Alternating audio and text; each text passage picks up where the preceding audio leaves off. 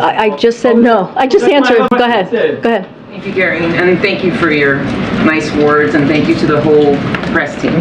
I've got two follow-ups, one on Niger, one on Russia. On Niger, just more broadly, can you talk a little bit about the concern of the United States about instability in Niger, given what a partner it is for the U.S., the Europeans, in the fight against extremism in the Sahel region?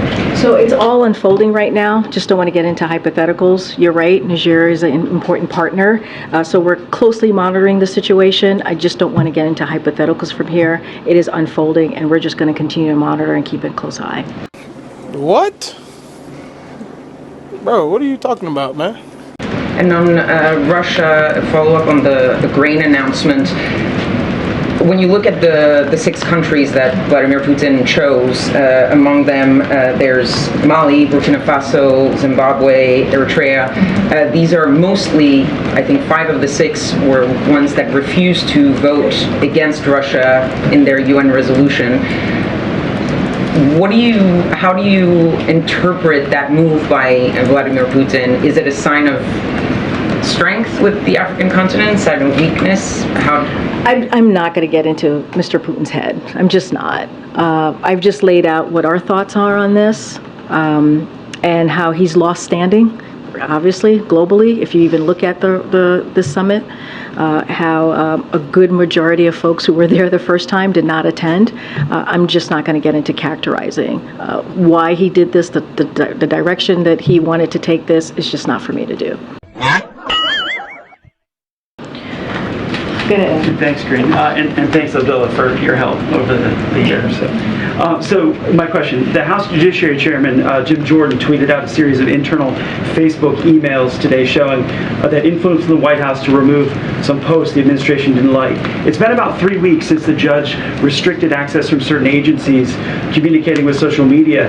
How much is the White House now working with social media companies to remove concerned posts or things they don't want? So what I can say is, honestly, on this, because it's an ongoing case, I would refer you to the Department of Justice on this and the status of this case. As you know, we're going to be very careful here about speaking about this.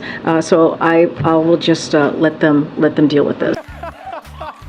Is the White House still communicating with social media companies? So look, as I've repeated many times from here, we have promoted responsible actions to protect public health, safety, and security when confronted by challenges like a deadly pandemic and foreign attacks on our elections. And we have consistently made clear that we believe social media companies have a critical responsibility to take account of the effects of their platforms that they have on the American people while making independent decisions about the content of their platforms. That continues to be the case. That has not changed on what we believe here, but there's a specific case ongoing, and so I would refer to Department of Justice. And on the GDP statement today, over the 2.4% growth of the GDP, the president said that he's touting real wages are higher than pre-pandemic.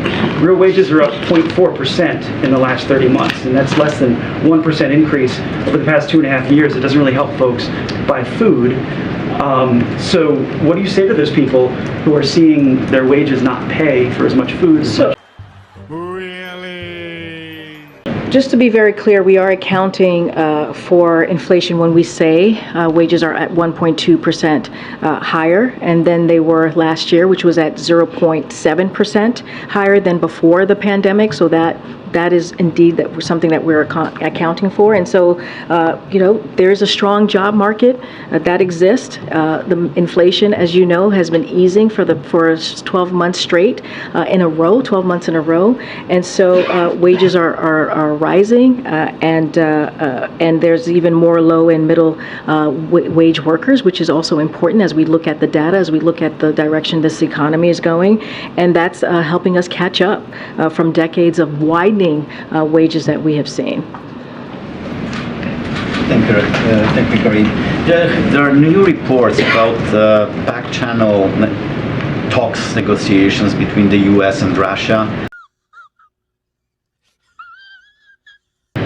supposedly conducted by former U.S. officials. Are you aware of any such regular contacts, and is there any involvement on the U.S. government's part in those negotiations? I'm not going to go into. I'm not going to get into reporting on conversations outside of the government. And I'm certainly not going to get into diplomatic conversations that we may be having with Russia. That's not something that I'm going to do from here. Hey, great. The tax matter that had Hunter Biden in court in Wilmington yesterday, it had criminal information saying that he hadn't paid 1.2 to about 1.5 million in taxes owed. So my question is, number one, I know the president doesn't talk to him, you said, about his business, but was he aware at the time that he wasn't filing his returns in a timely fashion? And also, did he ever advise him to pay? Because Hunter testified in court that 1 year he was sober when he didn't file. So did they ever discuss the tax situation? I'm not going to get into the specific of the case. Wow. Does he think in light of I've answered this question over and over again. Nothing has changed from the statement that I made yesterday. Nothing's going to change from the few times that I've gotten this question in the briefing room. We're not going to comment on this. This is an independent investigation that is being led by a Trump-appointed prosecutor, that is being led by clearly the Department of Justice, right? The prosecutors I just mentioned, and we're just not going to comment on this. You mentioned DOJ. Does he have any concerns that the deal prosecutors put together fell apart and couldn't make it by the judge? We're not going to comment on specifics of the case. Thank you, Karine. Just want to ask you if you could to preview tomorrow's trip to Maine, what's going to be accomplished, or what you hope will be accomplished, and also why was Maine chosen for this event? So he's going to visit a manufacturing facility, which I think is important, right? As we're talking about bringing manufacturing back to the country and creating jobs, good paying jobs. And so he'll discuss how Bidenomics is revitalizing the American manufacturing and bringing investments, like I said, and jobs back to communities. Big investments that many communities have never seen before, as it relates to jobs and as it relates to making sure that we're making things in America again. And so he will announce new actions promoting domestic manufacturing of new technologies in America. And as you know, we've announced more than $1.5 billion in investments in Maine infrastructure, including $570 million for funding for high-speed internet. And so public investment from this president's legislative accomplishments are helping to revitalize local legacy industries like textiles. So that's what he's going to be doing tomorrow. It is going to be his first time in Maine. Like the president said, he's a president for everyone. And so we're excited to go there. He's excited to be there to make this announcement, and critical, important announcement to not just the constituents of Maine, the American people of Maine, but also to the country. Separately, you suggested reaching out to the Italian embassy as it relates to why there is no press conference today, no joint press conference. No, that's not what I said. Why they are proceeding to move in the direction that they are moving. I did. I reached out to them during the briefing. Great. And what they said was, we didn't insist, knowing that you would not accept. Is that accurate?